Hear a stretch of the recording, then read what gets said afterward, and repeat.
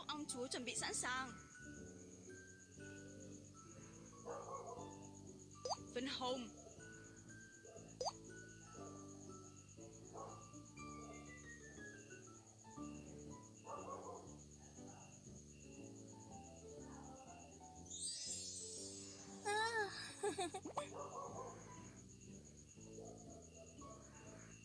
Phấn mắt.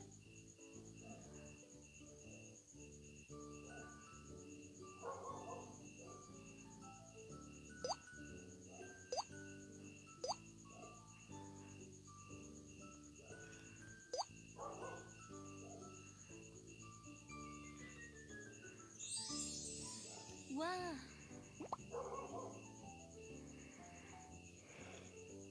Lông mày.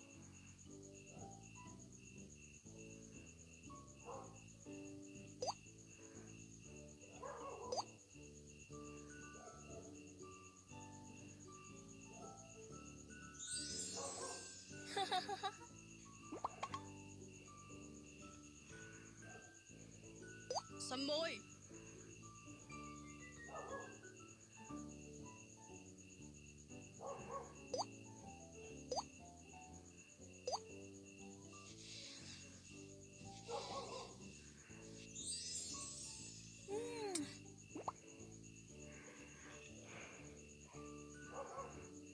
Son môi. Kính màu.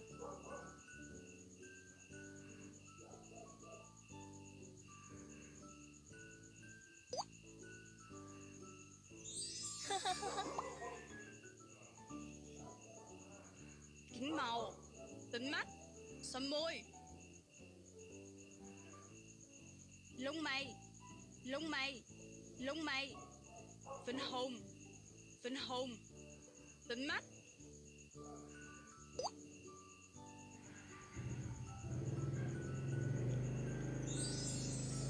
Wow.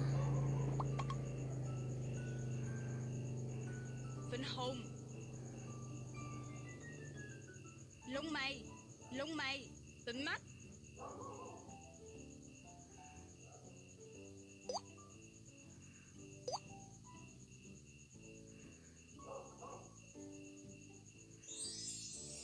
Wow.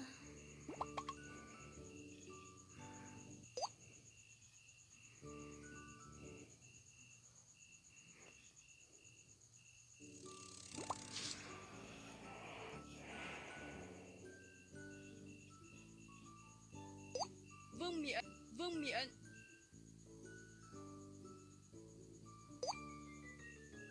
Wow. Áo váy. À.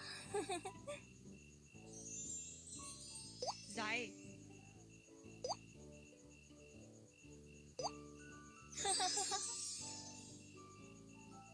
Vương miện.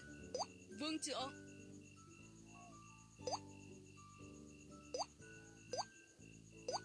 À.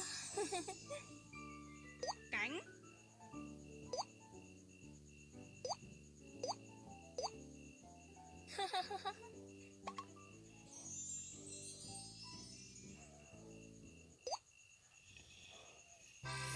Bữa tiệc bắt đầu ngay bây giờ. Đây là bữa tiệc không thể quên. Những chú ong thợ và ong bảo vệ dũng cảm của chúng ta.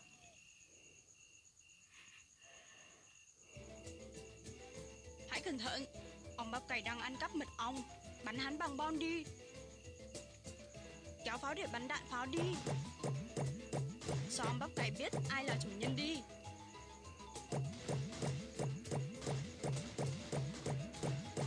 Chúng ta không thể để ong bắp cải đến gần. Bắn tuyệt quá. Đạp tuyệt quá. Cho ong bắp cải biết ai là chủ nhân đi. Chúng ta không thể để ong bắp cải đến gần. Đạp tuyệt quá. Lên đạn pháo đi. Nhằm vào ong bắp cải đi.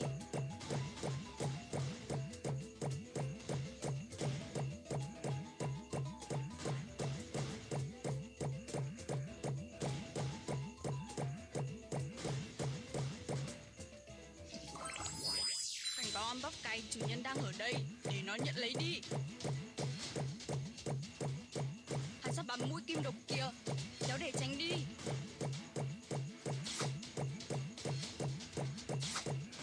Tiếp tục nào, cho thêm ít nữa.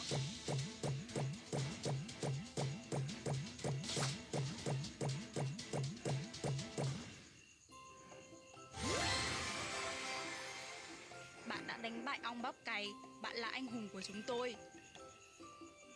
Ôi, không có đủ mật hoa trong lỗ tổ ong.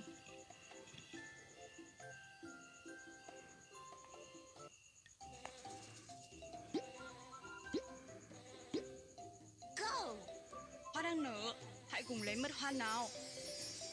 Woohoo!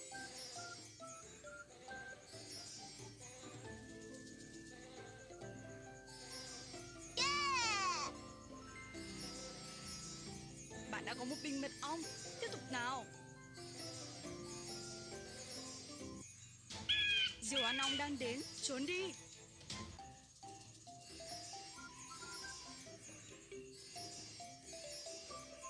Bạn đã có thêm một bình nữa, làm tốt lắm.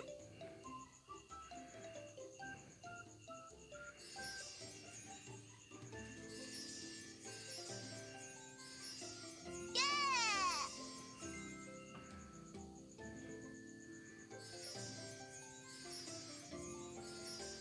Woohoo! Bạn đã có thêm một bình nữa, làm tốt lắm.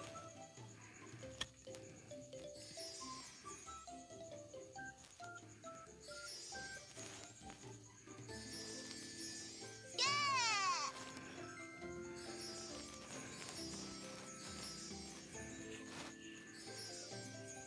Nhìn này, bạn đã có 4 bình mật ong, bạn thật xuất sắc.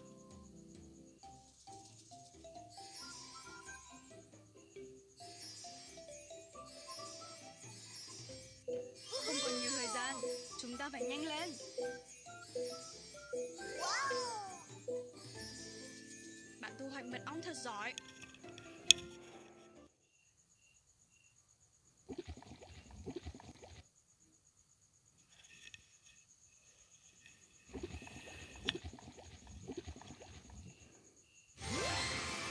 Bạn đã lấy được rất nhiều mật ong.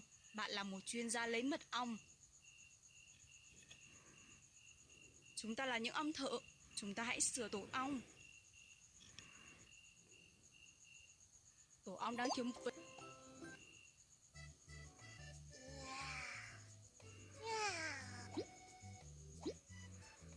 Ôi! Lấy mật. Ôi, không có đủ mật hoa trong lỗ tổ ong. Ôi! Sửa chữa tổ. Chúng ta là những ong thợ. Chúng ta hãy sửa tổ ong. Tổ ong đang thiếu. Nhìn kia, những chú kiến đang kéo thức. Ong nghệ là côn trùng có thể bay. Có 3 loại. Ong thợ làm việc chăm chỉ nhất. Chúng lấy mật hoa để làm thức ăn và mật ong, xây tổ, bảo vệ tổ và các nhiệm vụ khác.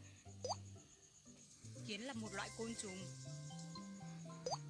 Kiến được chia thành. Kiến thợ chị em có số lượng nhiều nhất trong ngôi nhà của kiến và đây. Kiến lính rất mạnh mẽ và dũng cảm. Kiến thợ chị em có số lượng nhiều nhất trong ngôi nhà của. Nhìn kia, những chú kiến. Những con côn trùng tuyệt diệu của gấu trúc bé nhỏ.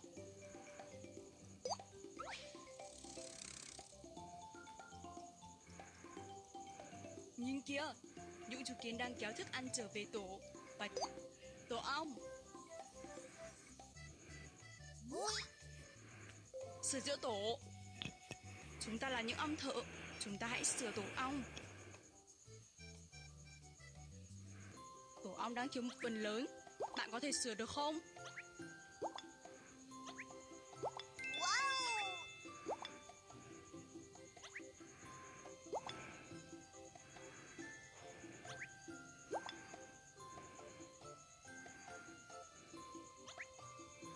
Yoo-hoo!